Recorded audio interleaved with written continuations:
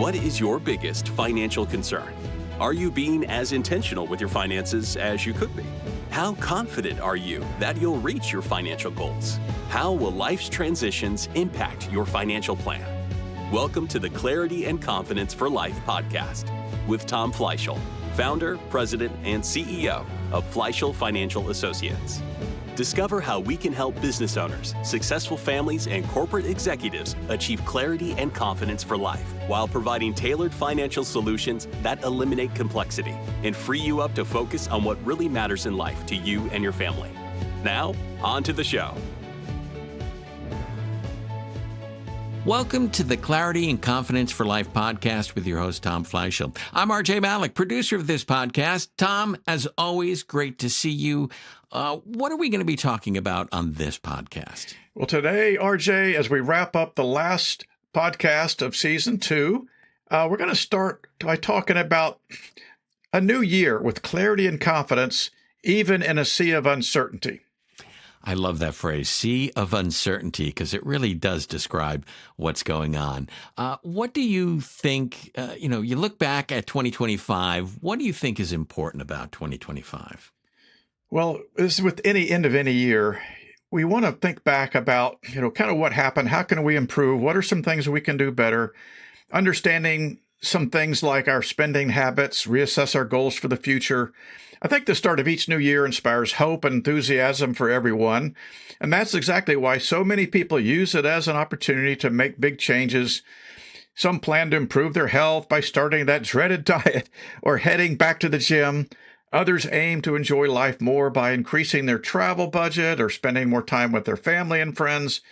That said, I think the start of the new year is just also the perfect time to take a close look at our finances and make the changes needed to get the right track on for the future. I think it's always good to make changes that benefit our well-being in any way, but some people don't realize how much our financial health ties into overall happiness. All right. In fact, yeah. That's you think that's the first thing you should do in the new year is look at your financial situation. Well, I know about the first thing, but it's one of the most, it's very important that we evaluate that. Our health is probably the most important thing, but financial health kind of ties closely to it in a lot of ways. And Sure. I think to ensure that the year ahead is happy and healthy as possible, resolving to strengthen our financial health should be one of our primary goals. So let's talk about, I think, 5 key things we can do in the new year that will make a big difference. Okay. All right, then let's start off with number 1. What's the first thing we should do? Well, I think it's always important that we understand what we can control and what we cannot control. And so many people get wrapped up in trying to control things that we really can't. And so we can't control politics, financial markets, tax laws, or world peace. These days, everything is changing as fast-paced that you can't ever really be sure what's going to happen next. We all know that there are some things that we're just not going to be able to predict or prepare for, but that's all the more reason why we shouldn't ignore the risks that we do now know about. So some risks are easily identifiable. We think about not planning carefully for retirement, being underinsured, or not having a properly diversified portfolio. So, for example, we need to regularly reassess our risk tolerance by having the right investment allocations and how much income we take from our accounts. So that's something we can control, and we can control how much life insurance we have and how much we carry on our homeowners, liability, auto coverages, things like that. But once you've identified the obvious risks, you can begin to take steps to reduce them. Okay. Then, you talk about setting financial goals for the year. Is that something that's realistic? Because things change over the year. So how important is that to have a financial goal set for the year? Well, our goals do change. Our feelings about most important things and our priorities kind of shift over time as life transitions and we go through different experiences. I think we take a closer look at our current finances and set goals for the year. And the best place to start is to review perhaps our assets and liabilities. So what kind of interest rates are we paying for our mortgage, our car loans, or other debt? Is it time to consolidate or refinance, maybe at a lower rate? What does our cash flow look like these days? And are we going crazy with high interest debt? Which is okay if you pay it off each month, but not carrying the balance at outrageous rates. Let's don't do that, of course. Right. Setting long-term goals helps with short-term spending too. I think so. If you and your spouse are hoping to save enough money, let's say, for example, to pay for your child to go to college, sit down and figure out how many years you'll need to save, how much you'll need every year and month. College inflation is about 6% a year, which is a lot more than what we experience, obviously, in other things. Right. So those kinds of things are really important. Big long-term goals are easy to put off. And so, which is why it's important to put a plan in place to achieve them. Okay, you mentioned earlier in this answer that to consolidate and refinance at lower rates. How difficult is that? Or is that a situation where it depends on who you're dealing with? Yes. I mean, it's always important to take a look and see, well, if you financed your home, let's say at 7.5% or close to 8% back when interest rates were really at a higher point, and now we can get one at 4 or 5 or lower, I think it's definitely worth looking at. You're going to have closing costs. You have to reapply and get all your credit reexamined and go through that whole process. You're going to have to pay a fee, closing costs and all of that. But for the long term, if you plan on holding that mortgage for a long period of time, it's definitely going to pay off in the long run to go ahead and refinance and try to find a better rate. But if it's only 1% or so, it may not be worth it. We usually say 2.5 or more, begins to make sense so that you can have a quicker break-even point. Okay, very good. What's another important planning issue that we should revisit each year? Well, let's talk about the in-game planning and making sure our estate plan is current and up to date.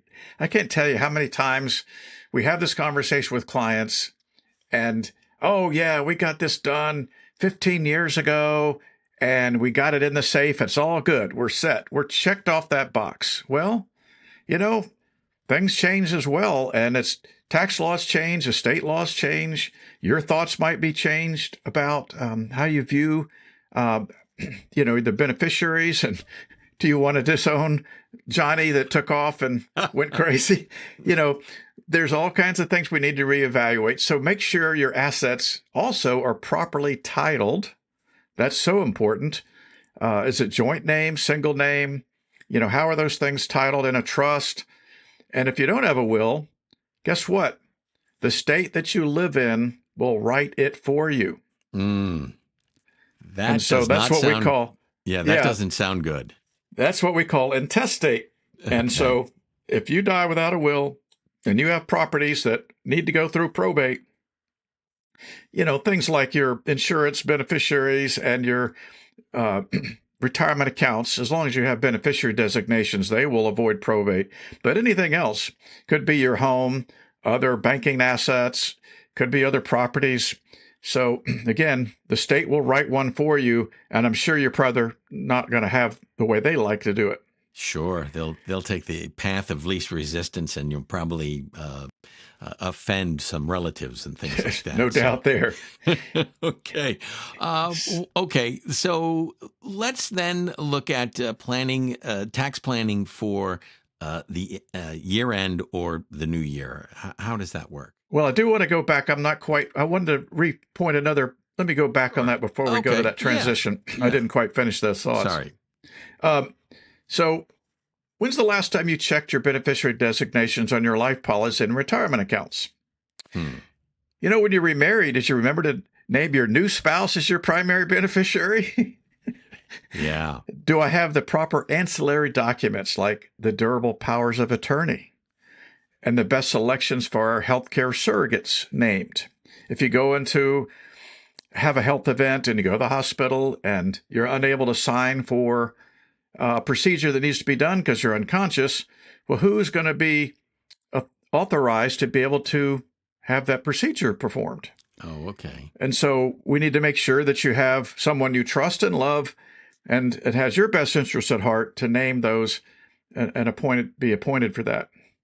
So you want to make sure you have all those things current and in order so you're not creating a financial burden for your family. That's the last thing we want. Okay, excellent. Okay, let's go to the next question that I have here, and then that's about tax planning for year end or for the new year. How does that work? Well, hopefully before year end, you've had your financial advisor or tax professional provide an update of where you are with year end capital gains, dividends, and interest income. Were there any losses on the books you could take to offset gains? If you suspect that you haven't had enough taxes withheld throughout the year, and if you're still employed and working, it may be time to adjust your withholding elections so you don't overpay for the year. The worst thing you can do is get this big refund and Uncle Sam held your money without interest for, 12 months or whatever. Right. So also, if you're still working, are you maxing out all of your available pre-tax retirement plan deductions and contributions that will keep your tax bill lower? And what about charitable contributions? What are some ways we can do more for others, our church, or community? Those are a great way to be able to reduce your taxes and help other people. So if I came to you, you could help me with the pre-tax retirement plan deductions to lower the tax bill. You could give me some examples that things I could do with my deductions. Yeah, it's very interesting that those continue to go up, which you're allowed to put into these defined contribution plans. We call them 403Bs, 401Ks, 457 plans, depending on the type of employer you work for. Okay. And so, yes, the amount that you can put into those keeps going up each year. And if you're over 50, they have what we call a catch-up provision. Mm-hmm. But unfortunately, in 2026 starting out, that catch-up provision, if you're over 50, if you make over 145,000 in adjustable gross income, you will have to put it all into a Roth after-tax account, not pre-tax. So that's a new law that just came out, but only for people that are 50 wanting to do the catch-up and they make more than a certain amount. Okay. So there's all kinds of different things that are happening with the tax laws and these types of plans. And, so one big question is we always want to ask is, are we taking advantage of every possible tax deduction and credit available to us? Right. No one owes the IRS more than they're legally obligated to pay. What's the difference between tax avoidance and tax evasion? I don't know. 10 years in the federal pen. So we have now really got a great tool that we help with our clients. It's an AI-assisted tax planning tool to help evaluate and make sure that we've taken advantage of all the deductions and everything that's possible for us. AI is everywhere. That's interesting. I would never think that AI would be helping you with tax planning, but absolutely. That's incredible. Okay. What's the best way to include family in your planning? I mean, I guess sitting down and just going over everything. Well, too many times what we find is one spouse handles all the money matters and the other one doesn't have a clue, or they have very low involvement and this don't kind of care. But what happens if that person who's handling everything, something happens to them, then you're up the creek without a paddle. You don't want to be caught in that situation. So I think it's very important to include your spouse, even if they don't really show a lot of interest. You really want to try to include them in these conversations and in your planning, and also even ways to keep your children in the loop. I think it's a great opportunity to teach them about money. So, want them to get firsthand experience with things like budgeting, saving money, compound interest, lending, and just a little bit more about the true value of a dollar. Well, and it's something I can relate to as far as being, knowing what's going on with not a spouse, but my mother, who is 88 years old, is, her memory is, starting to fail. And my sister and myself are taking a more active role in dealing with her bills and things like that. And it's really, really important, what you just talked about, knowing exactly what bills she's paying, when they got to be paid, and how our finances are working. So that's not an easy conversation, but it's an important one. Well, the most difficult one is when aging parents begin to slip, Mm, and they're either going to admit it and acknowledge, or they're going to be stubborn and think they still can control things.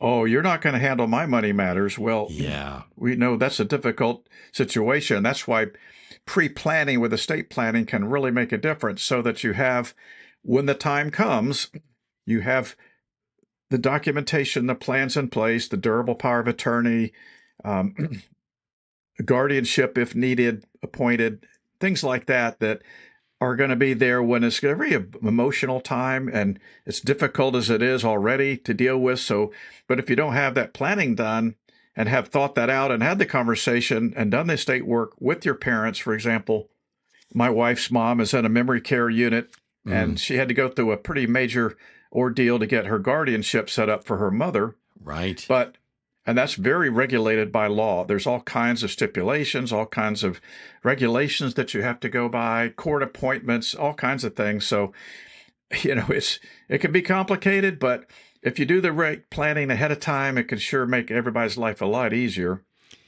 Yeah. And It's kind of funny. You just mentioned about planning. My wife and I, after dealing with our parents, we are now looking ahead, going, okay, we've got to get everything set up because at this point in time, we don't. But now we see what's going on with our parents. We're like, yeah, we got to do something. So, yeah, it's very important to have a plan, as you say quite often. yeah, and it's want to make sure you involve your financial planner in the process, because we have vast resources, videos, material, and courses that the next generation can take to kind of get them up to speed, even as young married couples in their financial journey. So I think just, again, involving their family as much as possible in all this planning is really critical. Okay, what message can we leave the people who are tuning in to your podcast as we end? I can't believe we're ending season 2, but yes, we are. And so, what message do you have for us? I think the message that I like to consistently continue to share in this podcast, and it remains constant, and it's this: we believe that it's totally possible to live our lives by design and really be intentional about that. And when you do that, you can have the clarity, confidence, and time to focus on what really matters most in life. And I think when you talk about living by design, it has two different components. Number one, you have a financial plan in place that sets you free to have that time, clarity, and confidence, that you've been intentional and not have to worry so much about the financial future. And number two, the second part of living by design is that freedom you get from living with clarity and confidence to really use that time focusing intentionally on the things in your life that you cannot delegate. The things you can delegate is like having a financial plan, working with a financial team like us to help you with that. Things you can't delegate is being intentional with your time and your family, your health, your spirituality, career, or hobbies. Excellent. Okay, now we're looking forward to season 3. What are we gonna see from you, Tom, on season 3? Well, really excited to lay out a whole agenda for next year. And it's going to be, I think, just a lot more practical insights, tips, empowering discussions, really good interviews with some top professionals and experts in different fields. As we know, we've tried to talk about all kinds of different topics, not just money, but health and aging parents and cybersecurity and things like that. So real practical things that we're all dealing with. I know that these are all topics that are beginning to come more and more to the surface. So I'm hoping to find a lot of really great, impactful conversations with really, really good people that are going to bring our podcast to a whole new level. Excellent. Looking forward to that. It's been just a great 2 seasons working with you. I'm looking forward to working with you again on season 3. Before you go, contact information, Tom. How can people get in touch with you? Well, they can go to fleishelfinancial.com, or they can call us at our 386-738-1800. And don't forget about our book on Amazon, Clarity and Confidence for Life. Awesome. Thank you, Tom. And most importantly, thank you for listening to the Clarity and Confidence for Life podcast. We ask you to share this podcast, rate it, and leave a review because this actually helps others find the show. Again, thank you for listening. And for everyone Clarity and Confidence for Life. I'm RJ Malik, and we look forward to you joining us for the next podcast.